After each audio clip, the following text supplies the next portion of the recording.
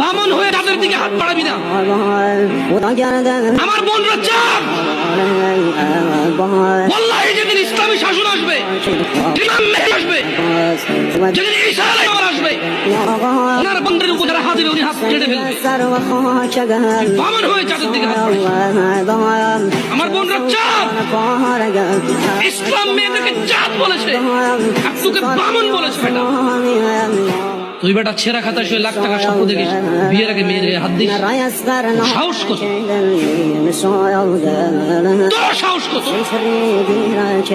তুই জানিস না মুহাম্মদ সাল্লাল্লাহু আলাইহি সাল্লাম বলছে নেক স্ত্রী দুনিয়াতে যা আছে ওর চেয়ে বেশি উত্তম। তুই কি করে ওর গায়ে হাত দিস বিয়ের আগে? তোর সেই যোগ্যতা আছে বল? তোকে আল্লাহ জাহান্নামে ফেলবে, তোকে আল্লাহ জ্বলন্ত আগুনে নিক্ষিপ্ত করবে, তোর শরীর পচবে, তোর শরীরের গন্ধে জাহান্নামীরা থাকতে পারবে না। তোকে এত নিকৃষ্ট